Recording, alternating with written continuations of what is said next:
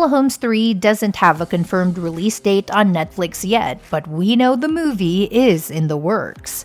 Back in November 2023, Netflix's then film boss Scott Stuber mentioned that they were working on a screenplay for the third Enola Holmes movie.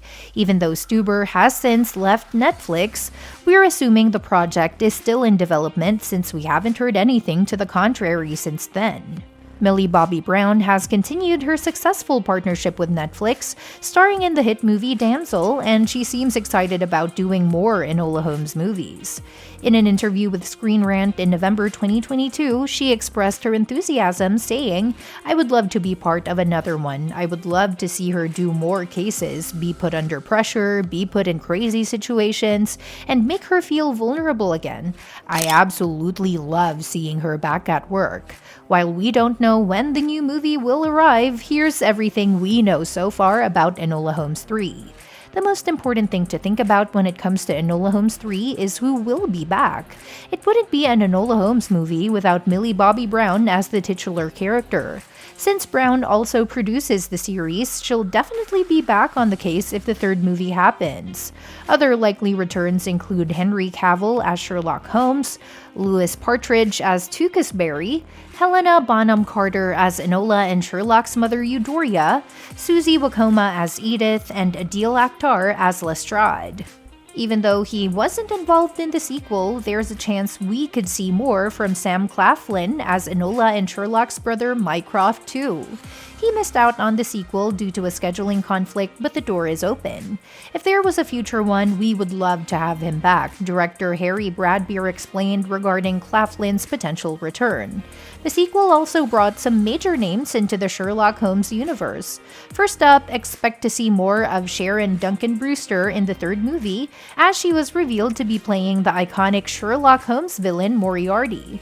As formidable as Moriarty is, we don't give her much hope facing off against Sherlock and Enola.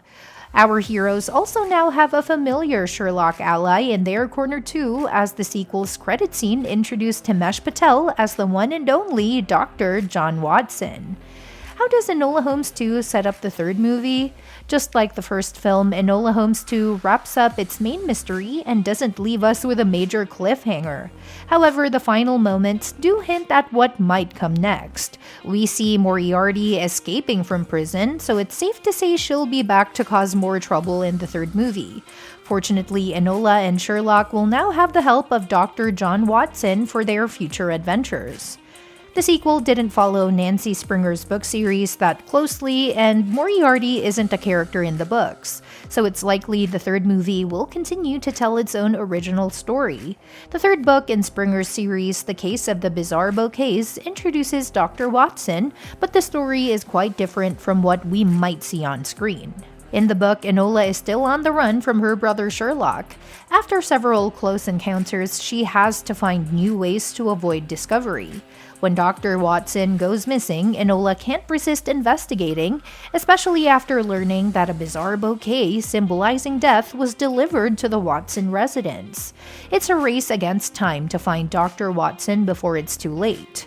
While the movie might not follow this plot exactly, we can expect an equally thrilling and twisty adventure for Enola Holmes 3. Furthermore, Enola Holmes 3 will be very different if it follows this book. Enola Holmes' third book centers on John H. Watson. The Enola Holmes Mysteries book series consists of 7 books and 1 short story. The first movie covered the initial book, The Case of the Missing Marquess, and the sequel took inspiration from the second book, The Case of the Left-Handed Lady. For Enola Holmes 3, it's expected to draw from the third book, The Case of the Bizarre Bouquets, though with some changes to fit what the previous movies have set up. However, unlike the previous movies, Enola Holmes 3 has a better chance of staying true to the source material thanks to what the second movie set up. Worried about her older brother, Enola sent him a flatmate and potential friend at the end of Enola Holmes 2. Both Sherlock and Enola learned after working together that they didn't need to be alone, but when Sherlock offered his sister a partnership, she turned it down. Enola agreed to meet Sherlock on Thursday at 4 p.m., but instead of showing up, she sent someone else. In the mid-credit scene of Enola Holmes 2, a man, Himesh Patel, arrived at Baker Street asking for Sherlock as Enola told him that he was looking for a flatmate. The man was none other than Dr. John Watson, setting up the famous Sherlock-John pair. The case of the bizarre bouquets is all about the disappearance of Dr. Watson. Enola decides to investigate Watson's mysterious disappearance and uses her extensive knowledge of flowers to solve the case after discovering a bouquet of flowers intended for Watson. The clues in the symbolism of the flowers lead Enola to a mental institution where Watson had been sent under the belief that he was mentally unstable. Enola has to figure out if Watson is truly insane or if someone else is trying to sabotage him.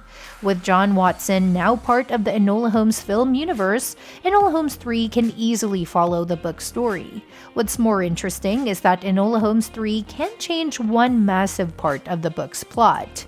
In both the first movie and the book, Enola runs away to London after her mother, Eudoria, Helena Bonham Carter, disappears. She aims to find her mother and avoid her brother's plans to send her to boarding school. Once in London, Enola uses different disguises to make herself look older and evade her famous detective brother Sherlock. Eventually, she opens her own agency, posing as the assistant Ivy Meshel to keep her identity hidden. Enola Holmes 3 is already changing this aspect. The young detective is no longer hiding in London and has already teamed up with her brother in the previous movie. In the books, even during the events of the case of the bizarre bouquets, Enola keeps her location and identity a secret from Sherlock, communicating through newspaper posts. However, in the movie, she is out in the open and has already collaborated with Sherlock. This change will make it easier for Enola to move around the city to find Watson without worrying about Sherlock and potentially Mycroft discovering her whereabouts and activities. Enola Holmes 3 can naturally see Enola and Sherlock teaming up again due to Dr. Watson's disappearance. In Enola Holmes 2, their initial team-up was effective but could be smoother in the third installment. Their collaboration in the second film came about because their cases intertwined, prompting them to work together. With Watson missing in Enola Holmes 3, the siblings can team up more seamlessly. Enola already has a connection to Sherlock Holmes through Watson, whom she sent to him. This sets the stage for the ultimate Holmes siblings to team up without needing Mycroft's involvement, much to Enola's probable relief. However, Enola Holmes 3 must tread carefully to avoid overshadowing Enola's journey with too much focus on Sherlock. What made the previous films enjoyable was watching Enola carve out her own path as a detective despite her natural talents. Even when teaming up in the second film, Enola and Sherlock maintained their individual focus, preserving Enola as the protagonist. Therefore, Enola Holmes 3 should ensure that while the siblings collaborate, the spotlight remains firmly on Enola's growth and adventures, keeping her as the central character in her own story. And that's a wrap for today's discussion on Enola Holmes 3. Do you think the changes to the book's plot will enhance or detract from the film adaptation? Let me know your thoughts in the comments below. Thanks for tuning in and stay tuned for more updates. Your suggestions for future video topics are always welcome too.